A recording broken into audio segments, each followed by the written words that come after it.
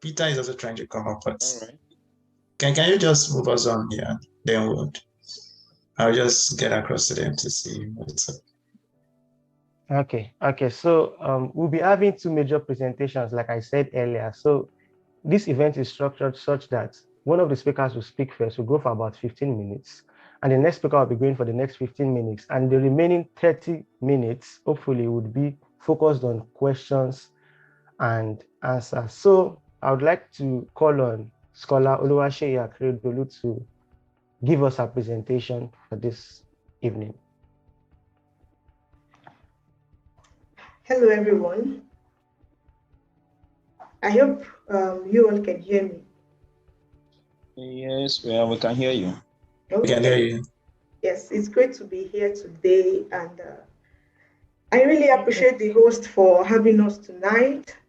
I've previously been a participant on this platform, listening to other people give a wonderful presentation about scholarship and tips for life. And here I am today as a facilitator, and I see it as a privilege, and I'm so happy.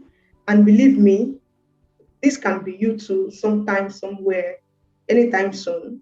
This could be you making a presentation to, give other people example or highlights from your own experiences on scholarship application. So, and with me here today is my colleague, Olumide who is also a beneficiary of the Swedish Institute Scholarship, and we are eager to provide guidance relating to admissions and scholarship in Sweden to you. So I would like to start sharing my slides. And in the course of the presentation, if you have a question, you can just drop it on the chat box, so we attend to it all together. Okay, can you all see my screen? Yes, we can. Okay. Yes, we can see. Okay. So let me move on to the next slide.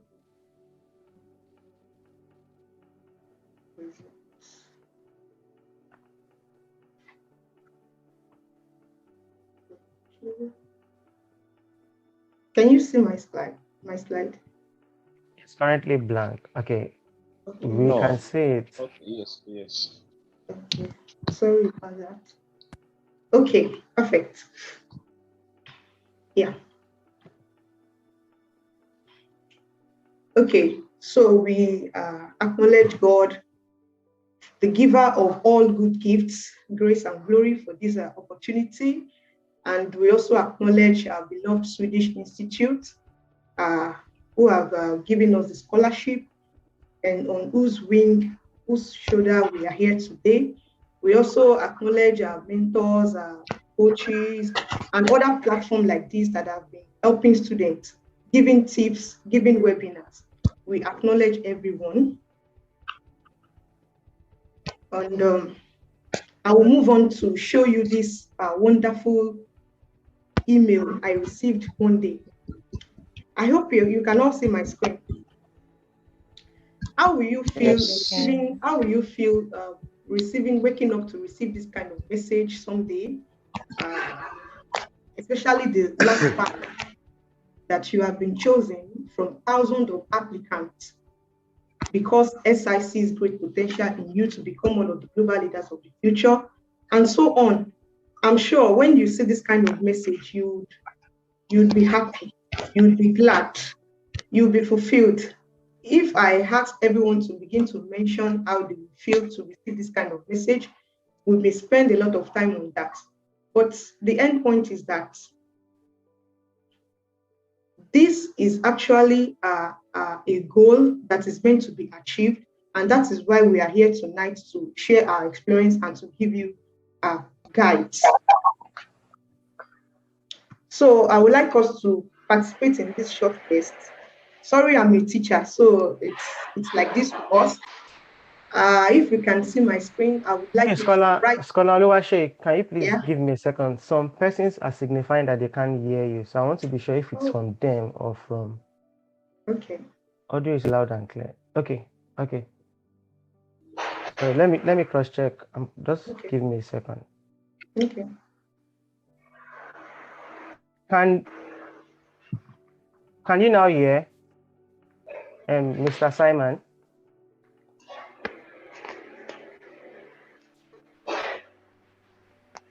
Okay. Can you also hear Scholar Adeshola? Okay, so I think we have to move on with the webinar. You can go on, please. Okay. Is it clear from everyone? I can hear you Yes, from perfectly my from this end. Okay. So right now we have spent much time seeing this question. Actually, it's a question that is supposed to just be seen for about 2 minutes, and then you give your answers in the chat box.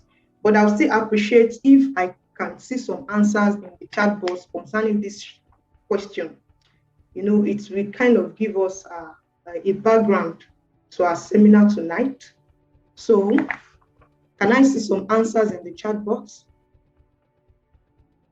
I'm waiting for some answers. Just make it short. For example, what motivates your ambition? And so you can just say, my experience. You don't have to write long essay or letter.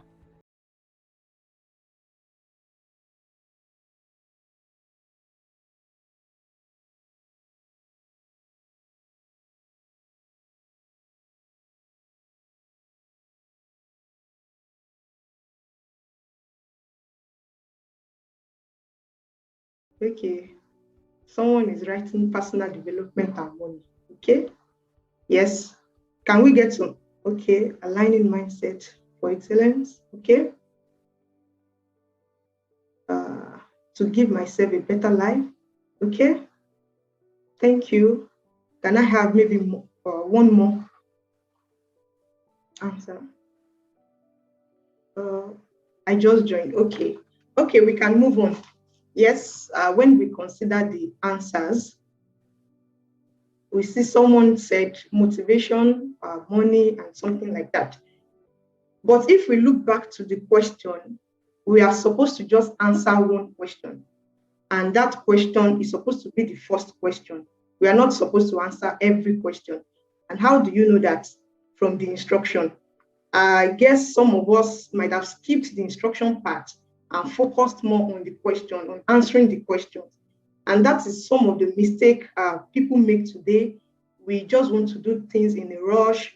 We want to get to the end of things without going into the full details, without going to see what it truly takes.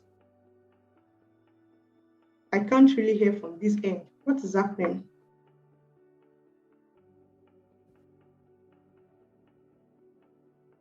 Can you hear me now? Maybe I have to make it louder. Yes, we can hear you loud and clear, man. Okay. So as I was saying, I hope you can see the reason why I set up this short test. Most people skip instruction, and instruction is the basic part to ace any application. Without properly following the instruction, it's possible you miss out details, which make you ineligible for any form of application. Someone said he had a B in the course. Okay, so thank you for participating in the short test. Or we can move on now for the next slide. We have some few things we'll be discussing tonight, and the first one is admission to universities in Sweden. Before I say something on this, I would encourage everyone here to listen to the previous session on this webinar. The previous session that hosted Mojisola and Ashaolu, if I'm right. Yes, I listened to it, and despite the fact that I'm a scholar, I still got some points that were useful for life. So I encourage you to listen to it, and you will get point that is relevant, not only for USA applications and admissions, it is relevant for whatever form of application you need to make. So let's go back to Sweden. About Sweden universities. Sweden is one of the best places to be. Sweden is one of the best places to get the education. Don't ask me why. You can always browse that. You can always check that on the internet. We have a lot of reasons why Sweden appears to be one of the best places to have your graduate education. I will move on to what you need before you apply for admission.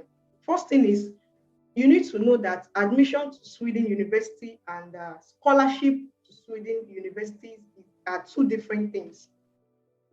And it is handled by two different bodies. It is handled by two different bodies two different bodies. So, and the site for applying for admission is different from the site for applying for the scholarship. You need to keep that in mind. The second thing is that to apply to Sweden University, you need to pay application fee. And the application fee is about 90 euro, which is 900 Swedish krona. And I don't know how much that will be in Nigerian currency right now, but we can always calculate that later. You need your application fee. You need some basic requirements. I've listed some example of general requirements here.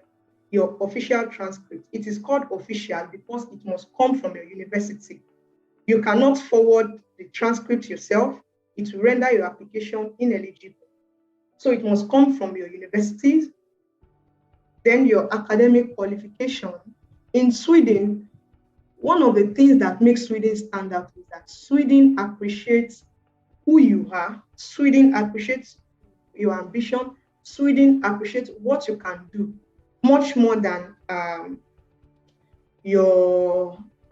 do I put that now? Much more than grades. A lot of people focus on grades, but here in Sweden, we want to see what you can really do beyond the grade. What can you present? So you also need your international passport, a valid international passport, as well as extra documents as required by the institution. The extra documents include a motivation letter or letter of employment letter and things like that.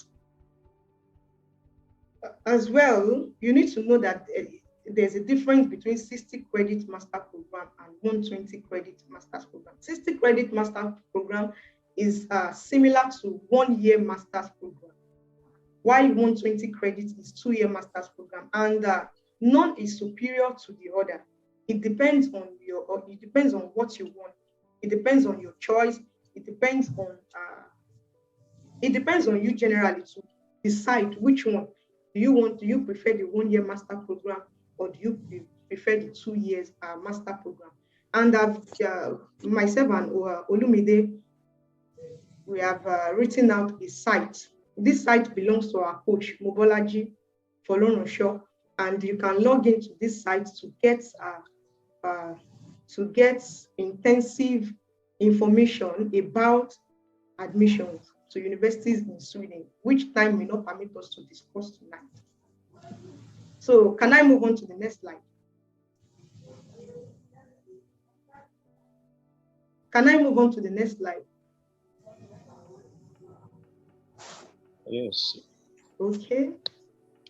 Okay, I like to hear responses and okay. So let's move on to the types of scholarship in Sweden. There are 3 types of scholarship actually. We have the school scholarship, we have other scholarship or grants, and we have the Swedish Institute Scholarship for Global Professional. School scholarship are merit-based scholarship, which is gotten based on your academic performance or grades. And it depends on the different types of school. For example, some school can cover your full tuition payments, which is 100%, some 75%, some 50%, some 35%, some 15%, some 10%, depending on what the school is offering. And most of these school scholarships do not provide other allowance. It only covers the tuition fee. We have the other scholarship, which is different from school scholarship, and these are some fellowship or grants which may be given to just support your education in terms of a one-time payment or things like that. So it does not necessarily cover the full tuition, neither does it necessarily cover other allowance. But the Swedish Institute Scholarship for Global Professionals stand out in that it is fully funded. It is fully funded. You are going to learn about that later. and it is highly competitive. I think last year when I applied, about 8,000 plus applied for the scholarship, and about 300 plus were given the scholarship, which means it is a very competitive scholarship. And this scholarship focuses on 4 major points, which I've highlighted in this PowerPoint. The first one is your field of expertise. The second one is, excuse me. Okay, the first one is your ambition, rather. The second one is your field of expertise. The third one is the global sustainable development. And the fourth one lies on your home countries or region, depending on the basic need of your home countries or region. I'm sorry, I'm unable to read chat currently, so we'll attend to whatever it is later. So these 4 things are the major things that needs to be connected for you to ace, or for you to win, or for you to stand a better chance of winning the Swedish Institute scholarship. And this is the site for applying for the scholarship. And on this site, you get basic information that gives details, instruction about how to apply, about things that you need that can make you eligible, or things to avoid. So I move on to the next slide. The major calendars on the major calendar for the Swedish Institute, which everyone needs to know. Swedish Institute is a process. It is not something that when you see the call for application by February, you believe you can just apply by February. No. Swedish Institute scholarship is a process that starts from October. And I will explain this. In October, the admission sites to the universities are open. And just like I said earlier, that the admission site is different from the scholarship site. So by October, the admission site is open, and you have the options of choosing 4 universities with 4 different courses. Yes, after paying the 900 SEK for the admission application. Then by February, the admission closes and the scholarship application site is open. In between October and February, I think most times by November, the Scholarship Institute release the list of eligible schools. This means that you cannot just apply to any school and then apply to SI scholarship. You must check the list of the eligible schools for SI scholarship before you apply. And this list normally comes out by November. So by February, the scholarship site is open. And when the scholarship site is open, what is expected of you is to submit the document which you have been working on since October or November or since January, as the case may be. Most people make the mistake of starting to prepare the application by that February, and it's possible to make mistakes when you do that. So I encourage applying on time. I encourage gathering your documents on time, so that when the site opens in February, all you need to do is to go over your document and submit. Then by April, the admission result is announced. And without getting the admission, you cannot be eligible for the Swedish Institute scholarship. Then, last but not the least, by the end of April, the scholarship is announced. And then by August, you are on your way to Sweden if you are amidst those choosing for the scholarship. So here, I would like Olumide to take over and discuss the criteria and some other things about Swedish Institute scholarship. Thank you. Thank you, Oluwaseyi. Thank you to our wonderful organizer for giving me this opportunity to share with our wonderful audience our experience and what they need to know about the Swedish scholarship. So I'll start with the criteria. I'm going to be very brief because of the time, and it's something you can actually read up. So these are some of the things you need to know.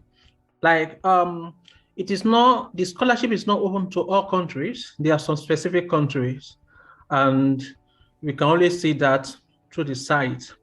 And the university admission, you must be liable to pay tuition fee to Swedish university and you must have followed steps of the university and be admitted to one of the eligible master programs. Just like you said earlier, that there are courses and there are schools that are available for such. So we don't have all courses. We have some specific, but those courses are actually, I'm very sure they are common courses that everyone can actually go for.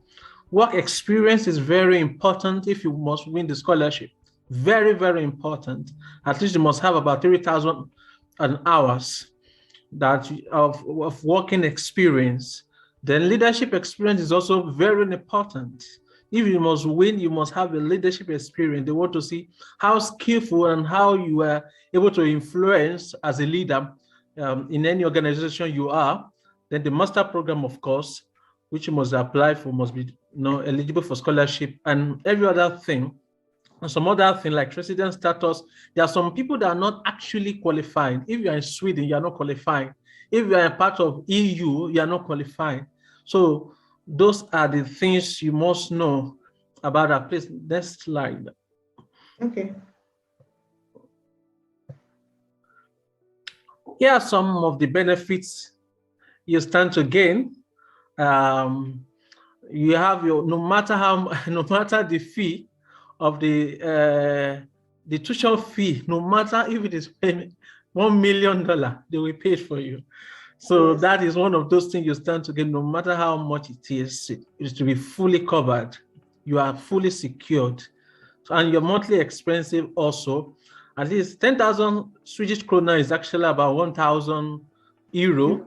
And I'm very sure that will be enough for you, no matter where you are living in Sweden. It will cover for you. And I'm very sure, except you are the extravagant type, you will be able to save something from that money also.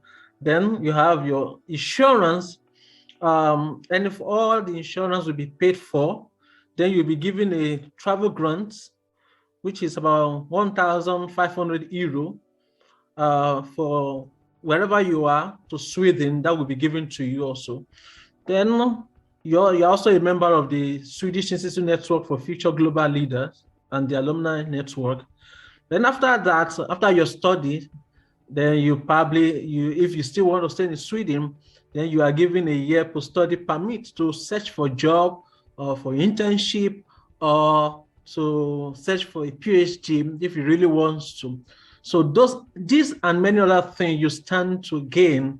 And I can tell you, this is actually a beautiful thing that everyone desires. So it is actually, because having this, you are not going to be distracted because, when you leave your country to another country and you are not really financially buoyant, you may want to look for a job and all of that. But when you have this, I am very sure you will be at least you'll be comfortable to face your study. All right. These are the documents you need. After you must have applied for the schools, like she said earlier, 4 different schools, similar courses in no school. These are the things you must work with. Unfortunately, the Swedish Institute are giving you a template. You don't need to get a reference from anybody. Everything you need will be provided for you. So take, for instance, we have work and leadership form. This work and leadership form is provided. All you need to do is to fill them accordingly. You fill them and you stamp and you'll be fine. You don't need to be looking for something. Maybe a company should be giving you no, you don't need to. So reference letter also. In this reference letter, 2 organizations you are required to, it is required that 2 organizations should fill this for you. Your employment organization, and you should also be involved in civil organization. That what do you, because the Swedish Institute also expects you to contribute to your community. You should belong to an organization, maybe an NGO, where you give back to your community, maybe your immediate community or somewhere, but they just want you to be contributing your voluntary service, it's also required. So you will need reference letter from such organization to tell them, because the reference letter has some questions that need to be answered. So both at your place of work and this civil organization, they need to answer those questions for you on behalf of their company. So, and also you need a motivation letter, which is very important. I think the questions for the motivation letter has been consistent for the past 3 years thereabouts. Like we have here, they ask you, describe how you can apply the knowledge and experience gained from your time in Sweden in your organization or your company or in your home country or region upon your return from Sweden. So about 1,000 characters. So whatever you might have learned from Sweden, they want to ask, so how are you going to use that to cause a change, whether in your organization or in your country? So they want to see how. So if your motivation is very, very, if it's very convincing and consistent with every other thing you must have written, I am very sure you are on your way to get this scholarship. Can you move to the next slide? Yes. Okay. I'm trying to be as fast as possible so that you can answer some questions and all of that. Now, then we'll be talking about opportunities after studies. Yeah, there are opportunities here. There are opportunities here. Like after your study, like I said, one of the things you stand to gain is after your studies, you are given a year post-study visa. During this period, you can look for an internship. You can get a PhD program. The Swedish PhD program is such that they see it as a work. So when you get a PhD program, it is as if you are working. You are paid every month. You'll be paid every month, and you will be carrying out your work and all of that. But it is very, very, it's something that everyone probably want to do PhD to look for, because it's a very, very interesting thing and all of that. So, and also jobs, if you really want to get a job here, you can also look for a job. Another good thing here is that when you get the SI scholarship, you are not mandated to go back to your country. Yes. You can decide to stay, and so these are most of the things you will be you stand to gain if you have the scholarship. So it's quite it's going to be a good and wonderful experience, that is for sure. So this and many other things you stand to gain. I think this is, I'm just trying to be fast as much as I can so that we can answer to some questions. So these are what we are able to come up with.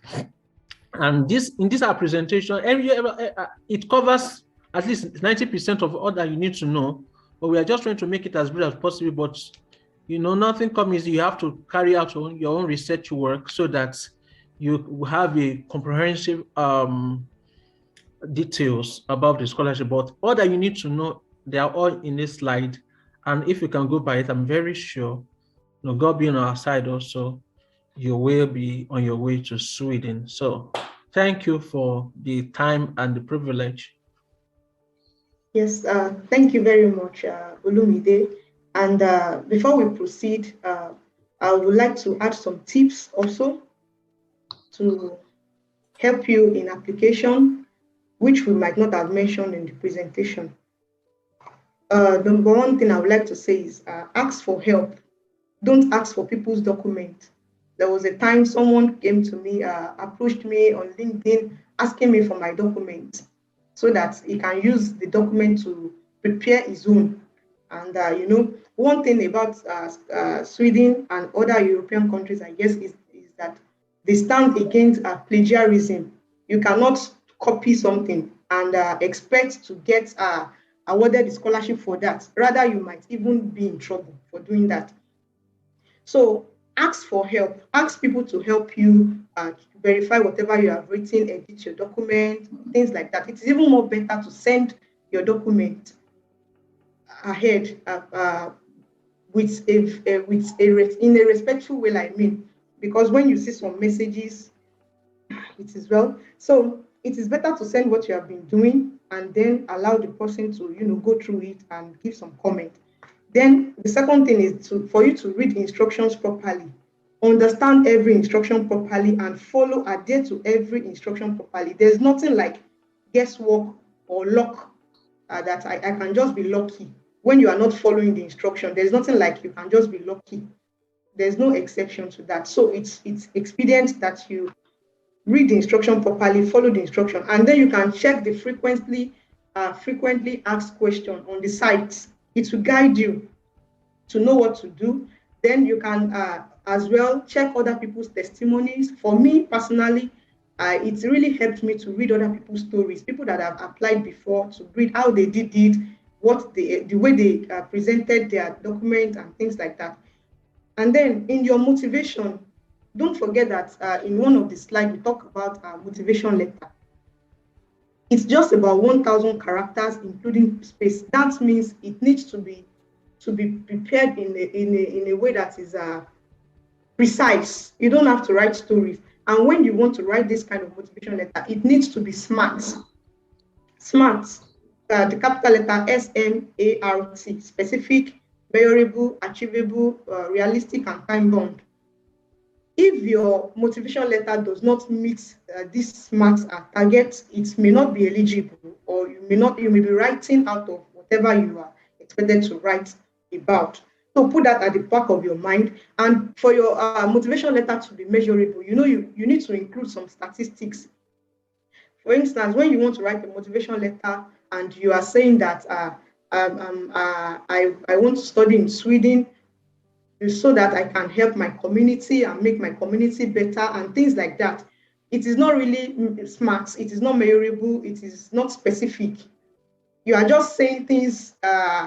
You are talking on a general note. So you need to come up with a statistic, with a data, a problem that your ambition or your passion can solve. And you need to write some example of how your passion can solve it, either by training or intervention or things like that. You need to cite the examples, and then you need to conclude by also giving maybe some data or some notable facts about how this will go to solve the specific problem you have mentioned for your motivation letter. Then you can write emails to your school to ask questions. You can write email to SI to ask questions when you don't understand something, but make sure that you are asking questions that you cannot find the answer on the FAQ. You are writing questions that are relevant, not irrelevant questions. Then make sure all your information correspond with each other, as Olumide pointed out. There must be no contradiction. And then ensure you get stamps from your organization. Stamps, without stamp, your application is seen as unverified. So you need stamps from your organization to make your application verified. So at this point, I think we can conveniently take questions. Yes, thank you to my brothers and friends for having us tonight. All right. Thank you so much. I would like to say thank you to Olumide and Seyi and our guest, our scholar, Olumide. Thank you for the wonderful presentation. They are quite precise and straight to the point, and also educative. And also thank you for the wonderful tips you shared. All right, without wasting much time, we'll go straight to the questions. It's like we have some questions in the chat box. I'll read them out to you.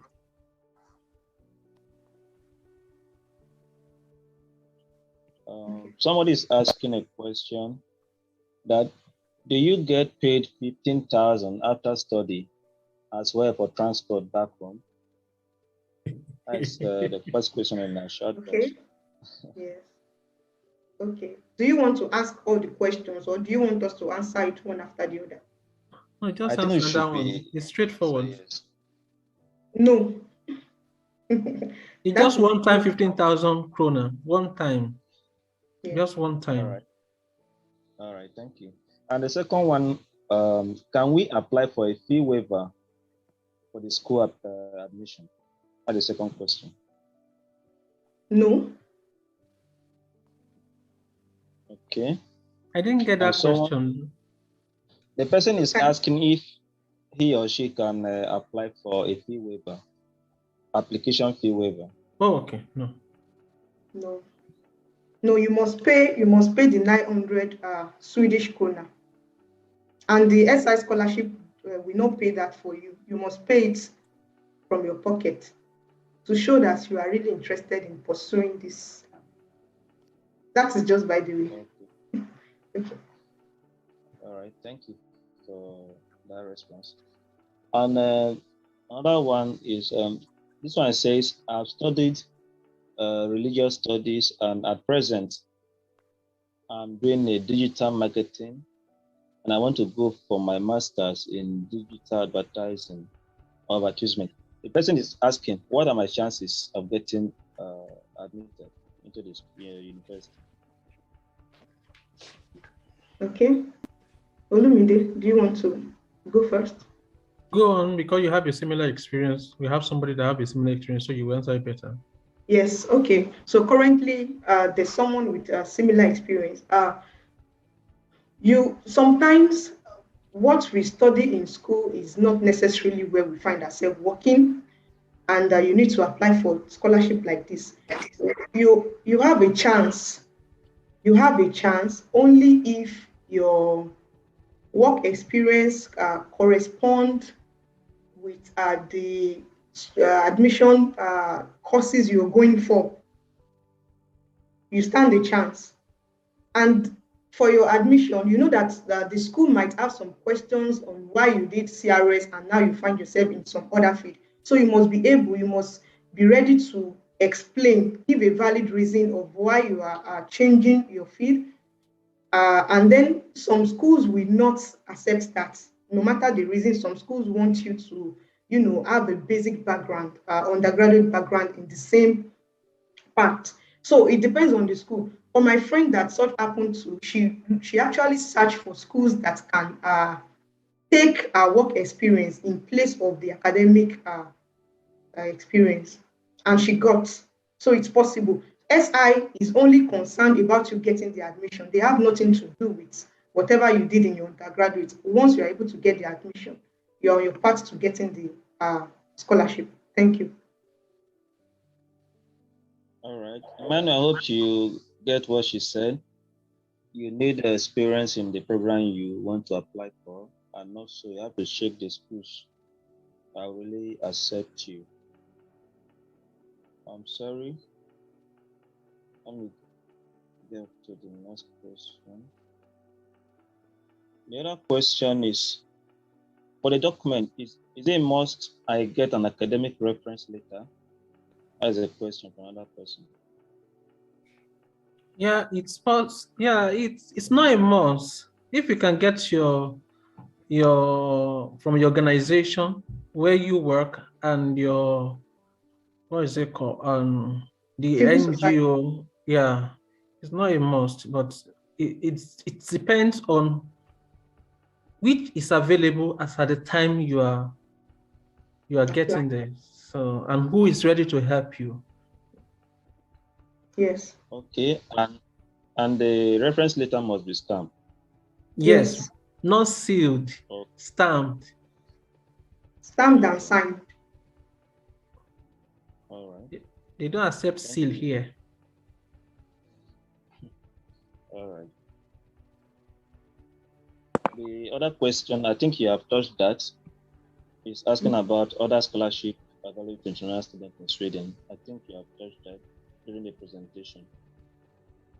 The next question, what are the required documents for the application process, and what exam would I be required to write? Okay, I can go.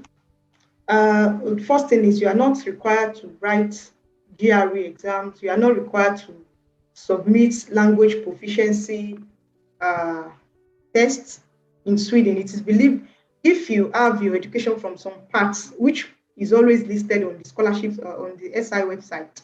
For instance, in Nigeria, if you had your undergraduate program in Nigeria, you are qualified to apply without submitting a language of test.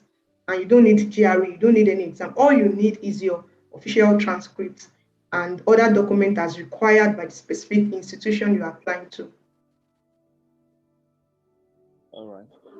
Thank you. The next question is similar to what you just answered, but let me read it out. Does admission process differ per university with regards to the required documents? If yes, what documents are common to all Sweden universities? Okay. It is some schools require some document, probably a statement of purpose that is common to all schools. That can be either statement of purpose or statement of intent. Some want to get your probably your work experience, but that is from my side is rarely done. But mostly it's statement of purpose or motivational letter from schools, individual schools. But we have some school that doesn't even require anything. Just apply. As long as you meet up with the general requirement, they are fine. But I think some of these top schools here that probably want to, because probably a lot of people are applying to study in their institution, so they use that as a yardstick to probably drop some people. But most of the time it's statement of purpose, motivation letter. Those are the common additional document that is being required. Yeah. All right. Thank you so much. Hope you are taking notes. Motivation letter, statement of purpose. Those are the most required things. You need to take note of. Anna, can you move closer to your mic? We could barely hear you. All right, thank you. Okay, the next question here is, can you describe what the cultural space and learning environment looks like in Sweden? What's the cultural what? The cultural space and learning environment looks like in Sweden. Okay. Well, I think we touched that a bit in the beginning of the presentation. Actually, the learning environment here is a conducive learning environment. And like I said, this is one of the best places for you to get your graduate education. And Sweden is renowned for its sustainability practice. It with wonderful culture and integration. Sweden is an inclusive country. It's not Sweden is an inclusive country. Yes, that is what I can say. And sometimes due to the COVID, some of the institutions have resorted to using the online platform. Some are doing both online and in-person. So it depends on the institution where you find yourself. And whatever it is, this is a nice place to be. Then talking about the cultural aspect as well, you can think of the language. In Sweden, we have the Swedish language, which is not compulsory for you to study here. It's not compulsory to learn Swedish to study because the courses are taken in English language. But if you intend working for some jobs, you may need to speak Swedish. So it's one you should see that as an advantage. Learning some other language is an advantage. Yes. So, in addition, let me just add that in their universities, we have mostly it's about 90% of their courses is for international students. I can remember that in my class, I have about 25 people. We have just about 4 Swedish. Every other person, they are from other European country rather, sorry. So most of the time, so their courses are taken in English. So it's a very good environment and conducive. All right. Thank you all for the responses. The next question is, how many reference letters do I need to submit? 2. You need 2 reference letters. All right. the other question here is, do people get denied admission? I think this is a multiple question. What are the possible causes after getting admission? Okay, what are the possible causes? Then the next one is a combined question. After getting admission, would you think there are higher chances of getting the scholarship? And another one is, does the school influence getting the scholarship? Okay, maybe I can start too. Do people get denied admission? Yes. Even before the admission result is over, some people get disqualified. And there are some reasons, most of the, particular reasons for getting denied or disqualified include not meeting up to the required criteria. That is why I always emphasize on reading instructions, reading the eligibility criteria through before applying to any program. So if you don't meet up with their criteria, it's possible to be disqualified even before the admission result is announced by April. And then there are some people that get qualified and don't get the admission. But you have a better chance because you're applying to 4 schools. You can choose 4 different courses in 4 different schools. So if school A is not giving you admission, school B can give you admission, school C or school D. I've heard people who didn't gain admission in their first 3 choices, but got admitted in the last choice. And that does not affect the scholarship. What the scholarship wants is just for you to get at least one admission. So I think maybe Olumide can go with the other answers. Please, can you repeat the last question you asked? Do you think does the okay? The last one is, does the school influence getting the scholarship? That is No. The school does not have any influence. Yeah. The school does not have any influence.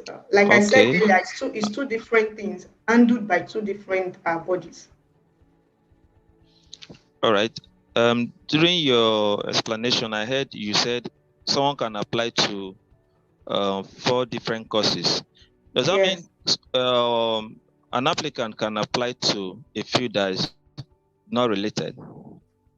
Does that mean what? Does that mean an applicant can apply to a field that is not related to his or her undergraduate field? Yes, I think we said something about that previously. You can apply to what is not related to your undergraduate, but of course it reduces your chances of gaining admission. It reduces your chances it limits the schools you can apply to, because not every school will provide the opportunity to for a master's program without a relevant undergraduate experience. So, and for schools, if you are lucky to see some schools like that, and I said it that there are schools like that that accept your work experience, then you must be ready to provide valid documents to verify that you can go for the master's program. And that document depends on whatever the institution is requesting from you. To that effect. All right. All right, thank you. And this person is asking about undergraduate scholarship in Sweden. If the undergraduate scholarship in Sweden. I have not seen anyone before. I don't know. Personally, I don't know. But we can make research about that. But at now, personally, I don't know if there is any.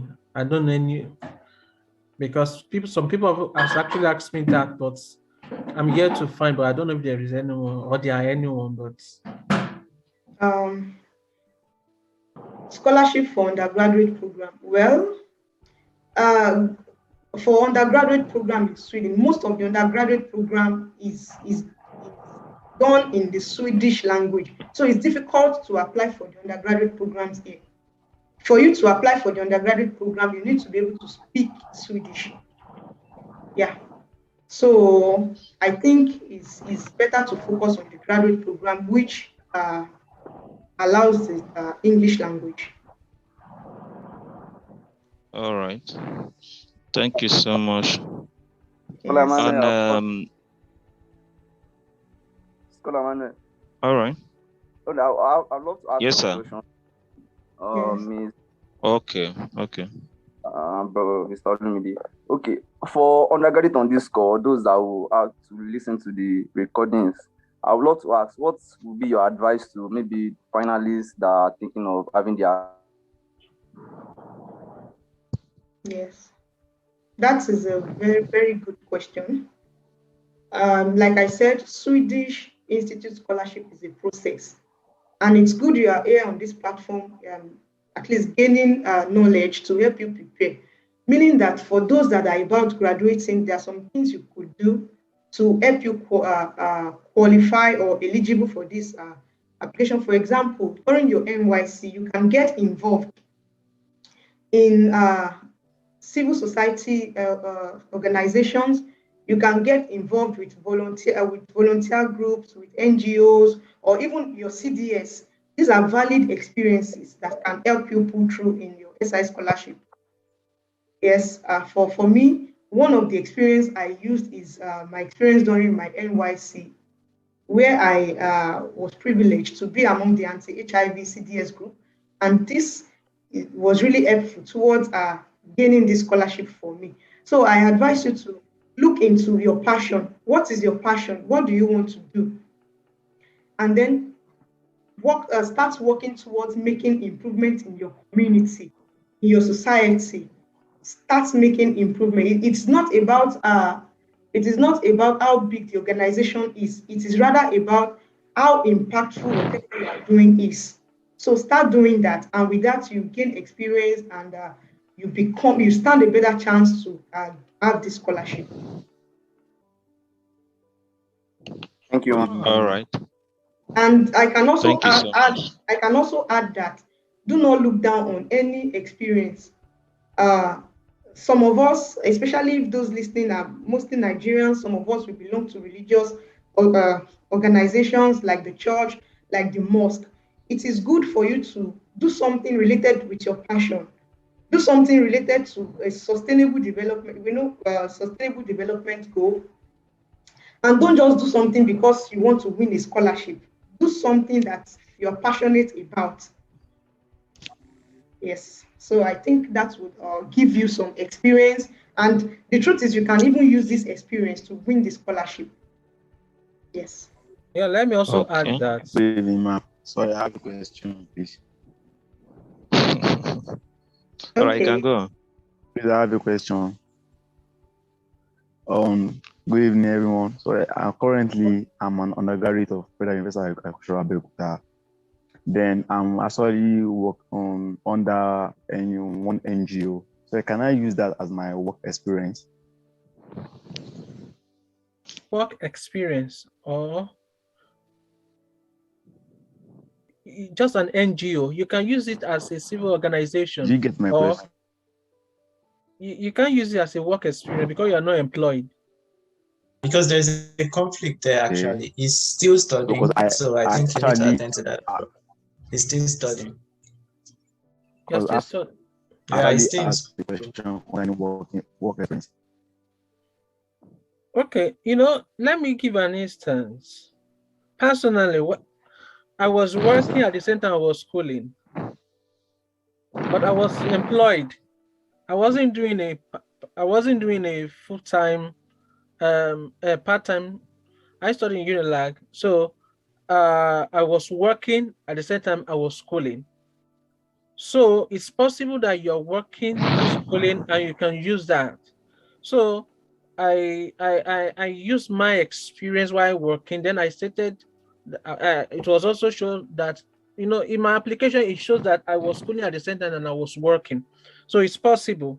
But in the instance you gave, you are working with NGO. If you are working with them, as per working with them, you can also use it as an experience. Yes. But if it's just a volunteer, also, it's also good. I'm not but if you are working with them, just a voluntary work. Because yes, on the I'm actually the sanitation. Sanitation. I can't hear you. Yeah, I'm actually working, and it's a voluntary work, sir. So I'm the head of the sanitation, department of sanitation. It's fine. Yes, is a valid experience you can use in your write-up. I think for one of my references, because you are required to produce two references, one must be based on your work experience. It must be based on your work experience, while the other one can be based on your academic reference or civil society or volunteer experience. And on the SI instruction page, it is written that you stand up. I mean, it is written as a merit if you have experience with non-governmental organization or civil society, it is a merit for you. So, and that is, and I just followed that. I made use of my work experience and also my experience with non-governmental organization, my volunteer experience. So your experience is valid. It could be used as one of your reference letter, but it is expedient you have another reference letter that comes from your workplace, the organization, and you can use that also if you are employed to work with them. Yes. Just to add, I use my church, an aspect of a department at church that we go for outreaches. That is the one I use for my civil organization. So, like she said earlier, no experiences is invalid. Yes. Everyone counts. So just make use of them. If you have not joined any organization, you can, because it is expected that you contribute to your community. So you can start now if you have not. Join one, and you never can tell how. You know, a lot of us, maybe if some of us, if some of you that belong to join, they ask you to join workers, come and do this. All of those things counts. So your pastor may just be saying it, yeah, it's good, but you never can tell where it will work for you in the future. So I think those things really count. And a lot of people, I know a friend who got this. He's a brigade member, and he used that. So it's very relevant. You may think those things doesn't count. We're just doing those things on our own. We never knew those things. An opportunity like this can come up, but it's very valid. Just take advantage of those things. Please, I have a question. Yes. Can I go ahead? Yes, okay. Yes, good evening. My name is Isaac Sinokonkwo. So thank you guys for organizing this. So I have a few questions. So my work experience, I work with an NGO. That is like my full-time employment. Okay. So at the same time, I am very well engaged with another civil society. But the civil society which I'm engaged with, which is what the work that I do with that civil society organization is mainly, campaigns trying to just electoral participation, trying to get used to participate, get them registered for their voters card and all of that. So it's not very related to the other work I do with my full-time employment, which is mainly on migration. So first, I want to know, does that will that work in terms of because both reference will some sort of be alternating? That's one question. So I want to know the possibility in that sense. Then second. Okay.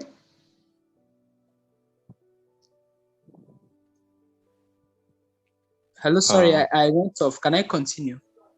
Yes. Yes. Then secondly, there is a part in the application that states that how many hours have you been involved with a civil society organization? Now, from my analysis, my main work experience and my involvement with the other civil society outside my regular work, both of them, it kind of look like a civil society. So in that place, am I going to add both hours together, or just the involvement in my civil society, that's what I will include. Yeah, that's my question. Yeah, thank you. Okay, so if I understand your question, you're saying that you have experiences in two civil society organizations. One is based on migration, and the second one is based on what? Electoral participation, electoral governance. Okay, That's electoral government. democratic governance. Okay. Then, but the one on migration is my full-time employment. Okay. Yes. Okay. Okay.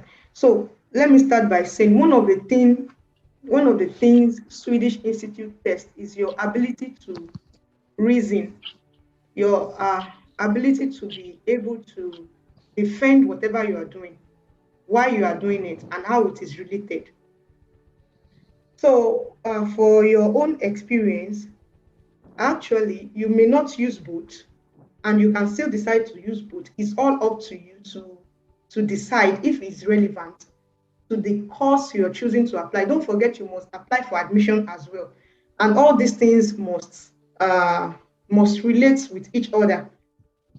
You cannot apply for admission on that is focused on one sector, and then your work experience is focused. I mean, your work experience and your CV and whatever you are submitting, everything is just on different level. Yeah, I'm applying for development studies, which is both all of them are development space, but it's just that the thematic areas differs. That's what I'm saying. Okay, I understand now. So from your civil society engagement in the electoral process, it's actually possible for you to reason and look for some factors within that place that corresponds with migration. It's possible. I heard of an experience of someone that was working with a telecommunication company, and was applying for this, but was able to emphasize on his experience as an engineer in one of the projects.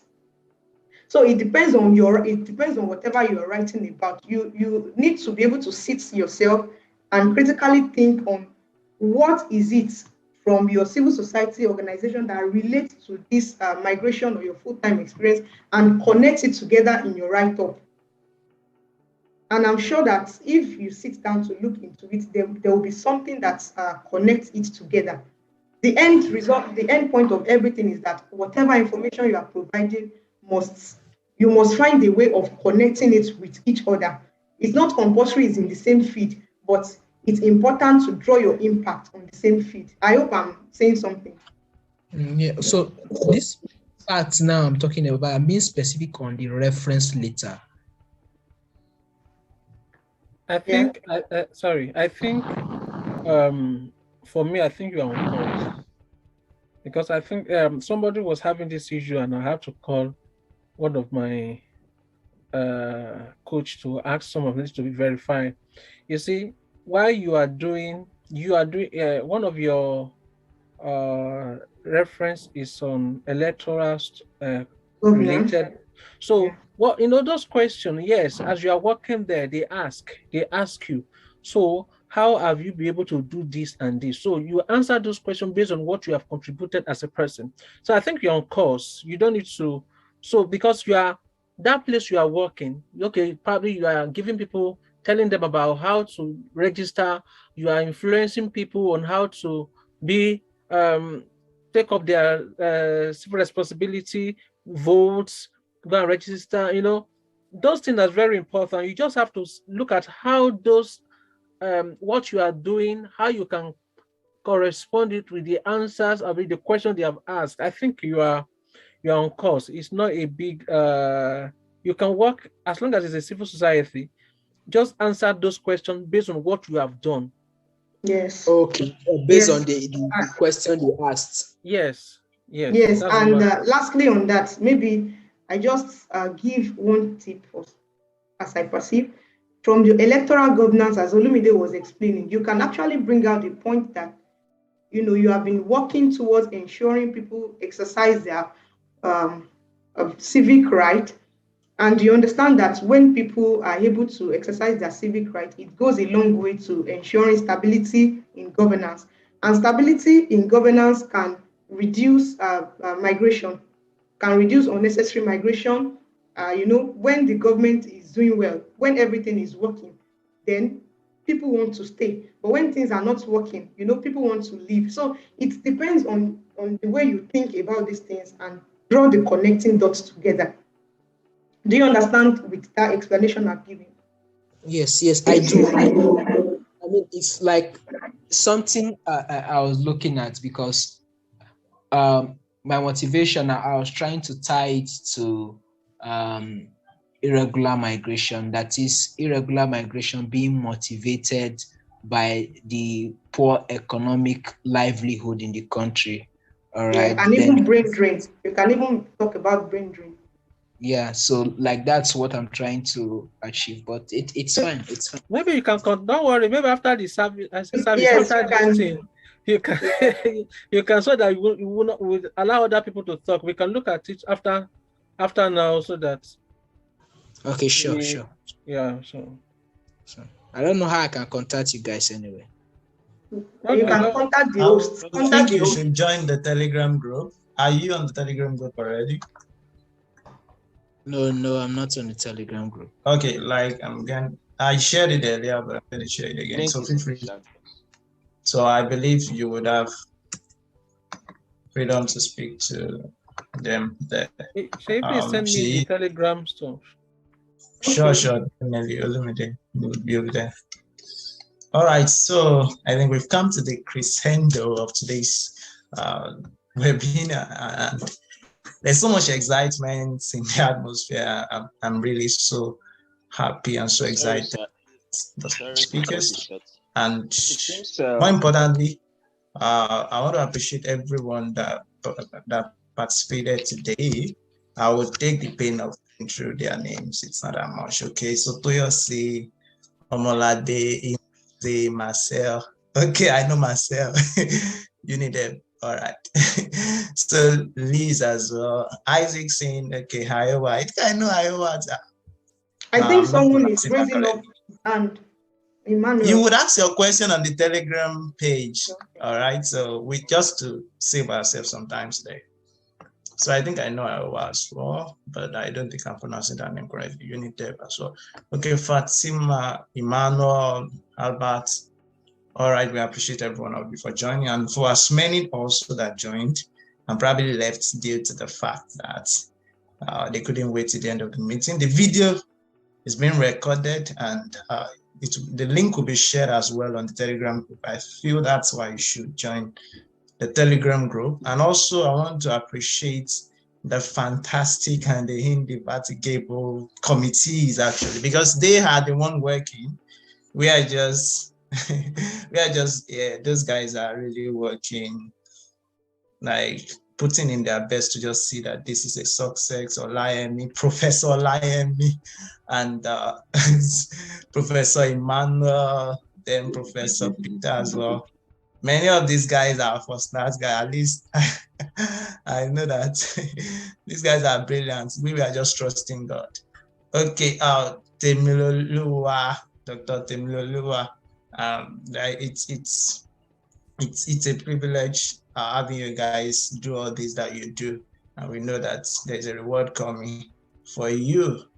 And of course, Yanolua, the grand the grand organizer. Okay, so of course we all know he's a serious scholar, so it's a privilege of always having him organize events like this. So we appreciate you so much, Yan. You're such a blessing to this generation. All right, so now to the speakers. Now, like I met Olumide for the first time last week, and of course I could just see that calmness and it's just so calm. But yeah, it is loaded. Okay, so we appreciate it so much, Olumide. Thank you for joining in. Thank you for honoring our invitation. And of course for Seyi as well. So of course I've heard so much about you from Rihanna as well, even before we eventually met in person. I've really met in person. We're still meeting virtually, even though we'll be meeting virtually for now. Okay, so we appreciate. Thank you for taking the pain to go through all that you've explained today. I could see that it's burning in you. You just want to share everything. We just pray that God reward both of you. And of course, still taking you greater heights. This is just the least that we would ever hear about you. So the future is is brighter than we can even imagine. So thinking about that time where we'll be hearing about your names in great places and great heights of the world. And of course, like Seyi said earlier, she also was a participant at this Bring conference some times back, and she came now as a speaker. That's awesome. Last month as well, we had Mojisola. She was also part of the previous webinar, and she came as a speaker as well. So you're on the call today. You might be the next that would invite to come speak to us. So that's why you should just keep it going. Don't just give up. You know, there's so much for you in God. All right. So thank you all for joining. We appreciate. And so that rounds it up for us today. And feel free to join the Telegram group as we'll still share one another. Ask your questions. There are other scholars from different parts of the world over there in US. And of course, Yanu is there as well in the US. I myself, I can. Of course, I didn't know so much, but of course, I will still be able to answer a few questions. Okay, so we have people from Hungary as well there. We have people from Italy who are studying in Italy. We have other people from different countries. We have someone from Canada as well. So you have many people right there that can answer your question. And one thing you want to do is to ask your questions. There's really nothing to be shy about in asking your questions. Just feel free, join the group. Of course, Olumide will be right there as well. She will be there. So everyone will be there. So let's grow together. Let's get there together. And let's all become all that God wants us to become. All right. Thank you, everyone. Thank you, everyone. Thank you, everyone. So that rounds it up for us today. Thank you. Thank you.